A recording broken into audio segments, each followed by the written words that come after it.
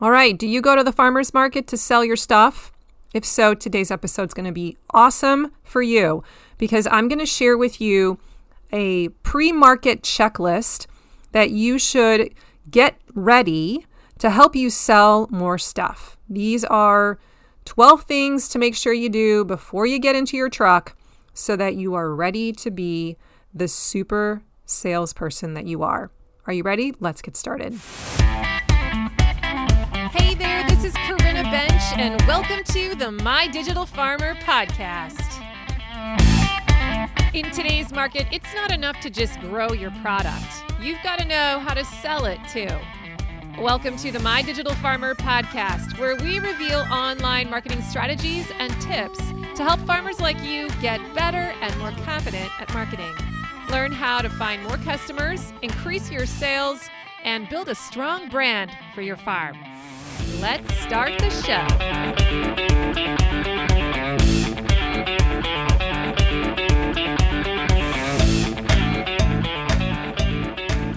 Well, welcome to episode 266 of the My Digital Farmer podcast. I am your host, Corinna Bench, one of the farmers at Shared Legacy Farms out in Elmore, Ohio. I'm also the founder of MyDigitalFarmer.com, which is all about trying to help other farmers like you get more confident in your marketing and sales strategies so that you can grow a profitable business. How's everyone doing today?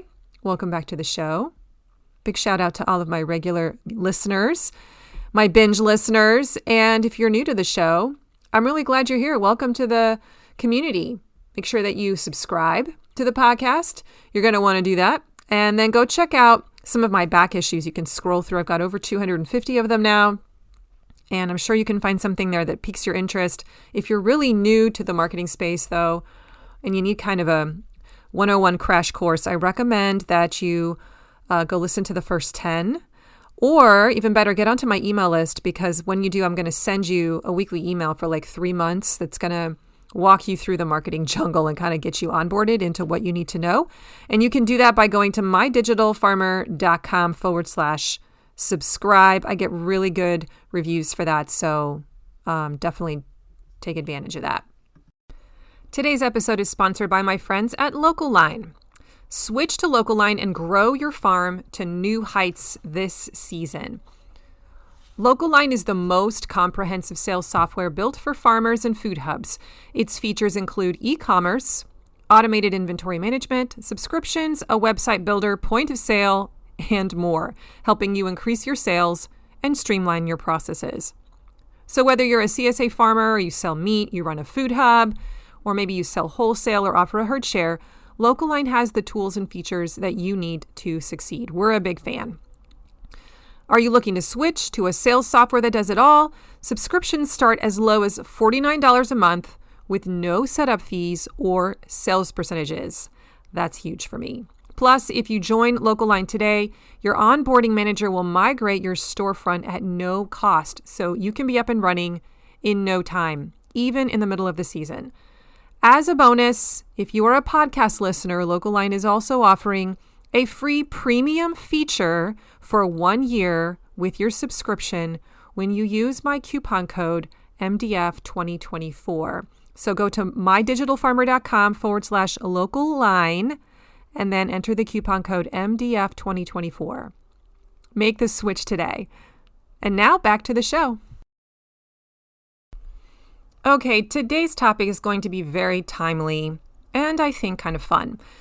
Because this is dropping in the middle of June, and I know many of you are kind of at the beginning of your farmers market seasons, especially if you're a vegetable grower like I am, I thought it would be fun to really target all of you who go to farmers markets on a regular basis and maybe talk through some basic rules of the road, kind of like a sales prep checklist that you can go through before you head off to the market that week to make sure that you can maximize your sales potential that week.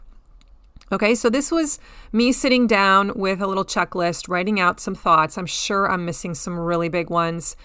But these are some things that we used to do when we went to the markets before we left. And frankly, some of the things we didn't really do, and I wish that we had, that I've since learned. And, some of these things are things you might already know, but some of them might be new ideas that you might want to give a try. Now, I didn't include things that are obvious, pieces of advice that you probably already know, like stack them high, watch them fly, like the idea of just loading up a bunch of product in huge stacks because it looks abundant. People are more likely to buy when your booth looks like that. Or common sense things like get off your phone. Don't be looking at your phone while you're at the market. Make eye contact with people, stand up, be personable, make conversation. Like, I'm not going to say stuff like that. Instead, I'm going to kind of share some more, strategic things that require a little bit of pre-planning and thought. Okay, so without further ado, let's knock it out. Number 1 is to get your weekly special offer ready. I feel like every single week at the farmer's market, there should be either a featured item that you point to or some kind of featured sale or quote unquote offer. Maybe you have a special bundle or a special pricing thing, or spend $50 and get $5 off, or spend $50 and get a free lemonade at Ackerman's Berries over on the other side of the market. And create like a little affiliate partnership there. This is where you get to play with all the different styles of offers that are out there. If you want to explore what some of those different offers could be, I encourage you to sign up for my free coupon code challenge, which is going on during the entire month of June. You can subscribe by going to mydigitalfarmer.com/coupon code.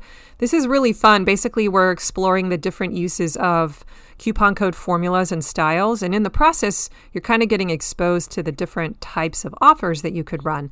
So even if you don't use coupon codes at the farmer's market, doing this challenge will show you some of these different offer styles that you could use at a market setting. So I want to encourage you to sign up for that if you haven't already. It's a live challenge, but when you subscribe, you'll get a weekly email for 4 weeks in a row. Every week I give you 2 new coupon codes, and then you're challenged to use one of them in an offer.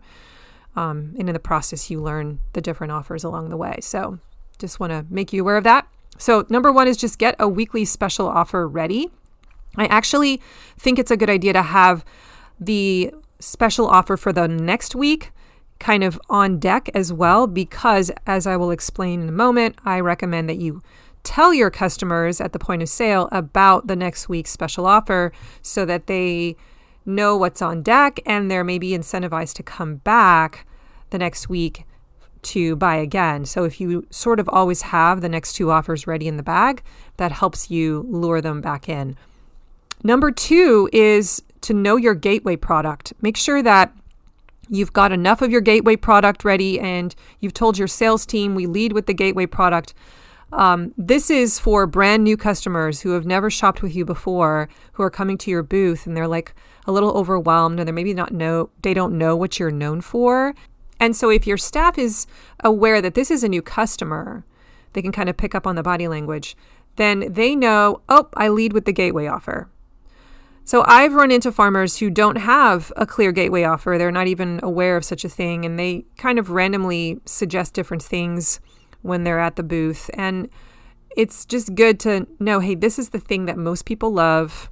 Most people start here and have a good experience with it. So if I sense that someone is confused, I'm going to lead with the gateway offer. So maybe you already know what this is and you're already doing that. Awesome. But for those of you who have never heard of this idea, I want you to come up with your gateway offer, target it, nail it, know what it is, teach it to your team, and then let them know this is what we start with. This is where we guide customers who are brand new.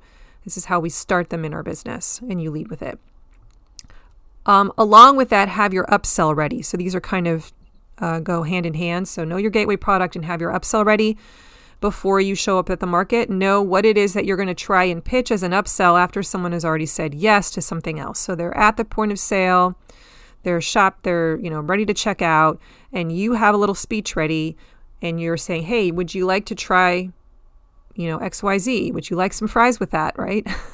So what is that item for you? It might change from week to week depending on what you have in season, or maybe it's something that goes along with something they've already kind of put into their checkout cart with you, and you can tell, this product would go really well with this item, and you mentioned that. So maybe you have a kind of a handful of upsells ready based on various situations and variations of customers. But that's definitely something you want to have ready. Okay, number 3, I'm going to say this, collect an email list. So bring along your little spiral notebook if that's how you're doing it, or if you're gonna set up, maybe you have a little banner that has a QR code on it that leads people to the subscribe form, or maybe you just have a process at checkout where you ask people, can we put you on your email list? Are you on our email list? Can I put you on it? And they have a chance to enter it at the checkout point. But make sure you have some kind of a process that you bring along with you. It's a part of your workflow to collect an email list, because this is how you get more customers to come back and become repeat buyers. This is how you communicate your special offers to them every week. This is how you build relationship with them and connection so that they start to see you as one of their primary farmers. Today's podcast is sponsored by Farm Marketing School. This is my monthly membership where farmers can come in and build marketing assets one at a time in special 30-day build projects that I've created for you. Right now, there are like 8 projects inside of Farm Marketing School, and every month a new one gets added, and you basically subscribe for 30 days, or you can stay in for a couple months or 3 months. You can stay in the whole year. But what you're doing is you go inside and you decide, this is the project that I want to work on. You take the class, the workshop class that's recorded, you just watch it, and then you build it yourself. So this is the DIY version of Accelerator. There's no coaching element or mastermind or Zoom meetups. It's just you going in there, watching the class that the accelerators saw live with me, and then working on it on your own. So if you're a DIY type of person and you think you can do it yourself, this is an amazing resource. There are projects in there for how to build a promotion plan, how to build your email nurture sequence, how to write a great weekly email, how to build the website homepage messaging, what goes on that homepage, how to build a lead magnet, and more. So if you want to see what's in the Farm Marketing School, you can head to mydigitalfarmer.com/FMS. And I encourage you to subscribe for 1 month. Check it out. I have a whole onboarding, like a crash course in marketing, that I encourage you to take in your first week. There's an assessment inside of there that's going to help you know which elements you should build first. It's so good, and I would love it if you would give it a shot for a month. Let me know what you think, and if you decide you like it, you can stay in there for several months in the off season and get a ton of your marketing stuff done. Okay, number 4. This one's kind of fun. Identify an impulse buy that you can put right at the checkout, right at the register, or wherever you check out. There was a story that I recently heard, and I cannot remember where I heard this. So I wish I could give credit. It was on a podcast, but it was a story about a business that threw out a basket of mints. They were like 10 cents each at the checkout, and they actually ended up making a lot of money on the mints, because they would just say, hey, you want to throw in a few mints? Or people would just kind of see it and they'd be like 10 cents, whatever. And they would grab like a handful and throw it in to the bag. Now, I'm not saying it should be mints, okay? But is there something like that that's really low ticket that feels like an easy thing to just throw into the order, because all those little small amounts begin to add up over the course of many months, and you may find that your impulse buy item is a nice little extra pocket change. So that's another kind of easy thing to play around with. What could that item be? Just make sure it's really close to the point where they actually check out, and it's got a nice little sign on it, and your team mentions it in the process of checking out. Okay, number 5, train your team how to practice mirroring. So if you don't know what this is, I want you to go listen to episode 232, how to use mirroring to close more sales. And this is a sales technique that's actually taught to salespeople in the big wide corporate world for how to get more people to say yes. It's a lot of like psychology, a lot of body language, and subconscious kind of stuff. And so I thought it was really interesting when I learned it. I don't do all of them, but sometimes I do leverage a few of them. And I just think it's interesting to know. So go listen to that episode and see if you want to experiment with some of those techniques that they talk about in there. Okay, number 6. I'm breezing through these. Put your prices on your signs. Okay, I know that seems obvious, but there are people who don't do that. You are losing customers because your customer, as they scan your booth, they are looking to see, what is it price? Like, what table are we playing at here? And they're going to decide whether or not to come closer or keep walking. And if you don't even have the price on there, then it just feels awkward because they don't want to have to come and actually ask you, how much does that cost, right? That creates a point of friction. So put the prices on your signs. But I also wanted to say here, just invest in some time to create some clear signage every week. Don't just pull out the same old ones from week to week. Make sure they look nice. Make sure they're easy to read, easy to see from far away. And also make sure that you're making new signs each week that describe your special offer, because we want to kind of feature your special offer or your gateway product or your upsell, right? So make sure that you've got signage that points to those things and makes it easy for people to discover them on their own. Okay, number 7, give them an incentive to come back. Now, if you haven't been listening to the show for very long, I'm here to tell you that the way that you make your money in your business is on the repeat sales, not on the first time customer sale. Your goal as a business owner is, yes, to attract new customers, but you actually want to spend more of your time trying to get those customers to come back and buy again and again and again. So we need to come up with incentives to coach them to return so that it turns into a buying habit, right? So this process of coming to the market and coming to your booth becomes a part of their weekly habit. And that requires training. It's sort of like, training your children how to eat, training your children how to go to the bathroom, training your dog how to obey your signals, right? You have to train your customer. So here's some examples of things that you might do that could qualify as incentives. You could give them a physical coupon for next week that explains what the offer of the week is going to be next week. It could be a coupon that has a coupon code on it that they can go and use in your online store to pre-order something that they have to pick up next week. And that's the only way that they can get that coupon code. You could also say, hey, I'm going to have XYZ product next week. Would you like to pre-order it now? We'll just throw it on your order, and then I'll make sure that you have it next week because I'm only bringing a small select number and I'm only going to bring it if they're pre-ordered. You could try that, see if that causes people to buy. Okay. You're just trying to create a reason for them to have to come back next time. So experiment, think about what some of those different kinds of offers could be. I know there are several examples of those in the coupon code challenge coming up. If you want to subscribe to that, you'll get exposed to some other ideas on that. Number 8, have your checkout speech ready.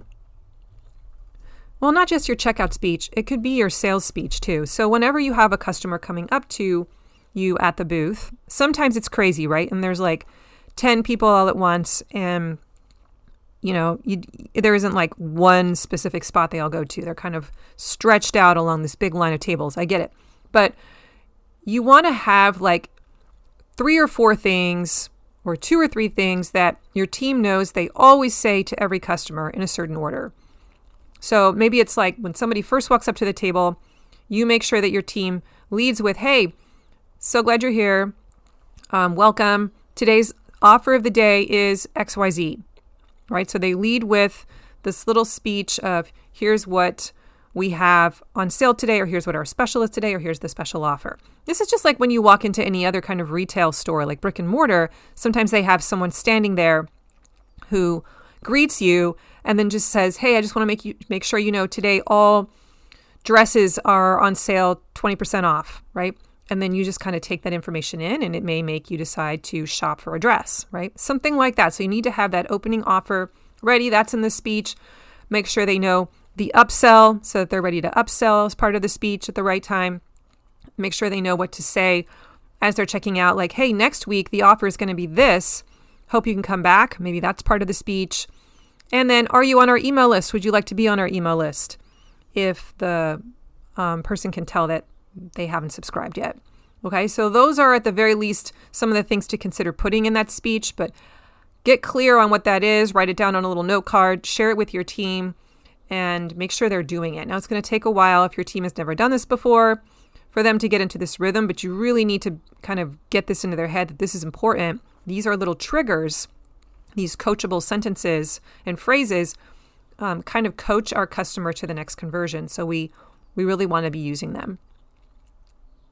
Okay, number 9, try to get people to pre-order your produce.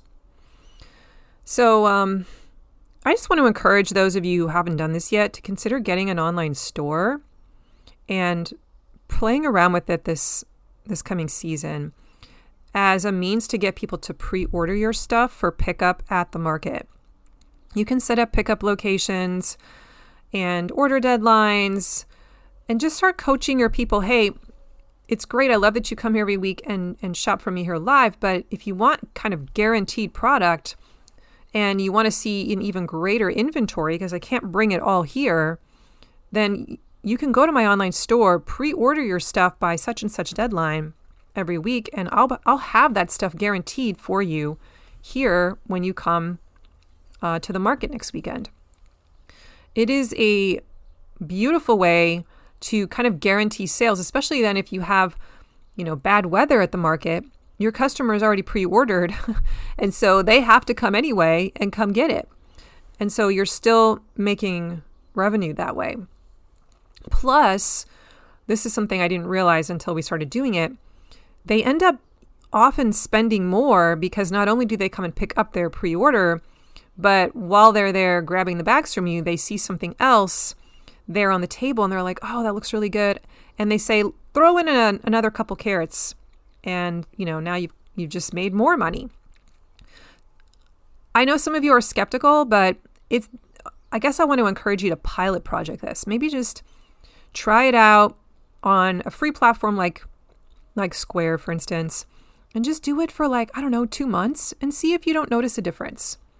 See if you can kind of build it into your workflow. It does require you then to have a process in place for pre-packing that stuff in advance. That is extra work, but once you build that workflow into place, it kind of becomes a rhythm of your farm. You can kind of see if this is worth it. Another idea here is to give somebody a fridge magnet that has that URL link on it or that has a QR code on it so that they can take that home, and then whenever they're inspired, I need to order XYZ, it's easy for them to go to the online store. They can find the link really fast and they can place their pre-order. Another idea that I sometimes share inside of Farm Marketing School with my members is to hold back a popular item. So let's just say bacon flies off the shelf when you show up at the market and you usually sell out in the first hour. You could try this. I know this is going to make some of you nervous, but if you just try it for 1 or 2 weeks where you don't let people be able to buy that item when they're at the market, they can only get that super popular item if they pre-order it. Just something to play with, because now all of a sudden you've created a mandatory pathway that requires them to go to the online store in order to get it or to pre-order it. And while they're in that online store, they'll buy other things, and you begin to build the habit of pre-ordering, right? That's kind of the goal here. Is we want to encourage more people to create that buying habit so that that just makes your life easier, because now you've got guaranteed pre-sales, but they'll also come and spend more money once they come and pick it up from you. So you make even more revenue. So that's kind of a little trick to play around with. It can be very effective. You got to get the product just right, but that can work in your advantage. Okay, I've got 3 more. Number 10, make sure you're advertising your special offer 1 or 2 days before you actually go to the market on your various marketing channels. I know this seems obvious, but I feel like I need to say it.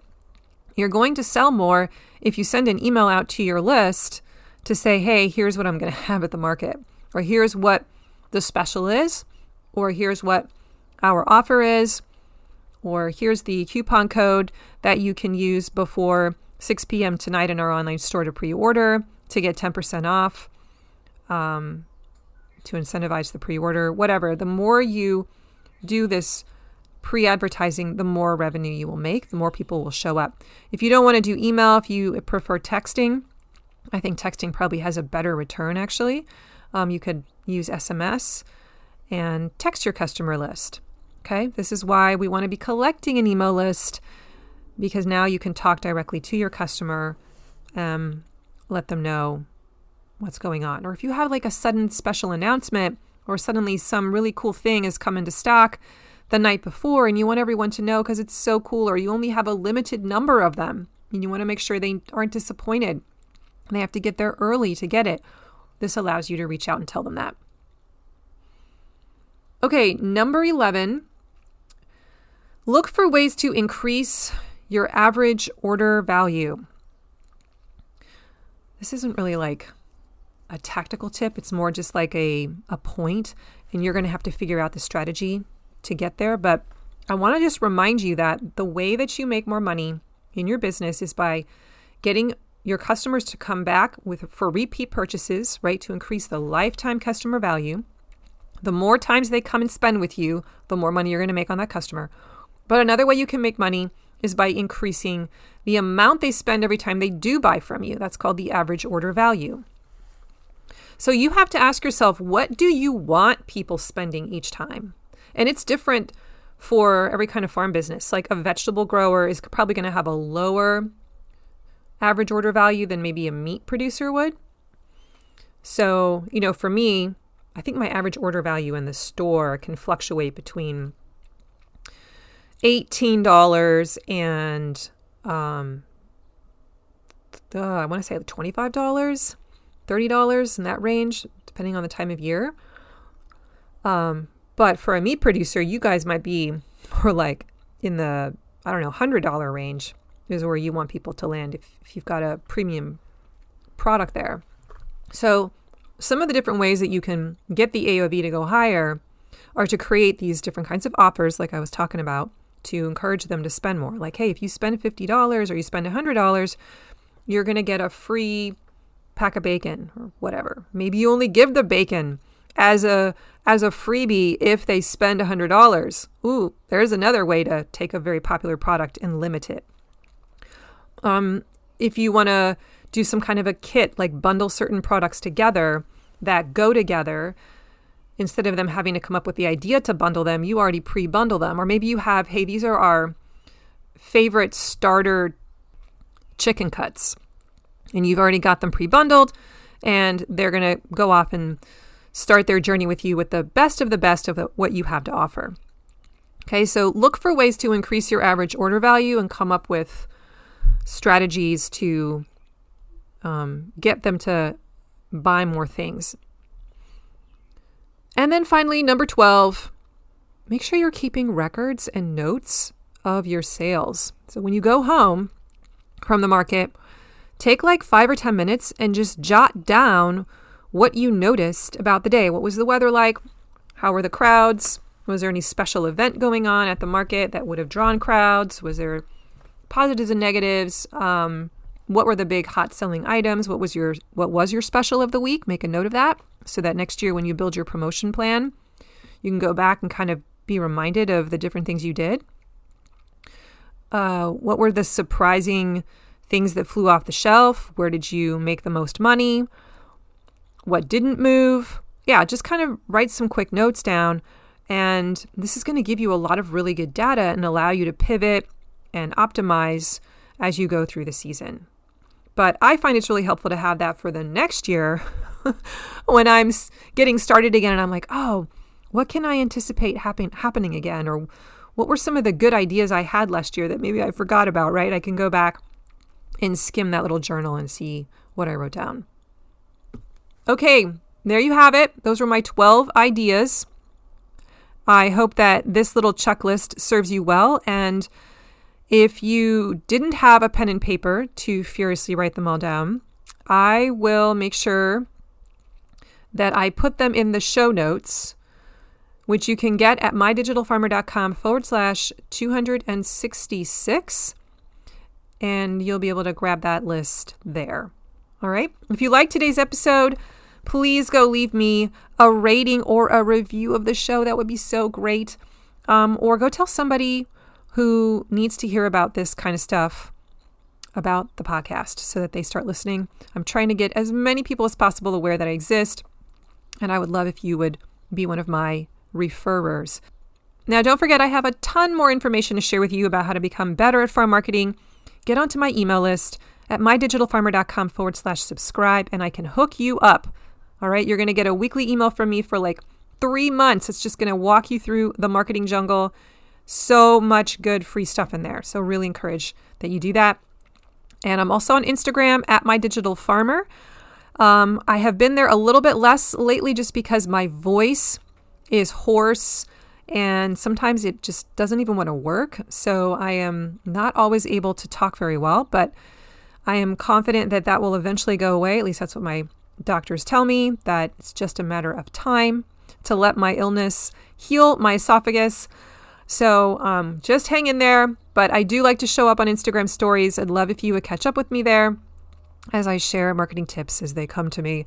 Thanks for joining me, you guys, today. It was so awesome being able to share with you. I really, really love this podcast, and just personally, anecdotally, as I deal with my illness and recover from this respiratory reflux, like I just have found myself really hoping that I don't have to stop the podcast.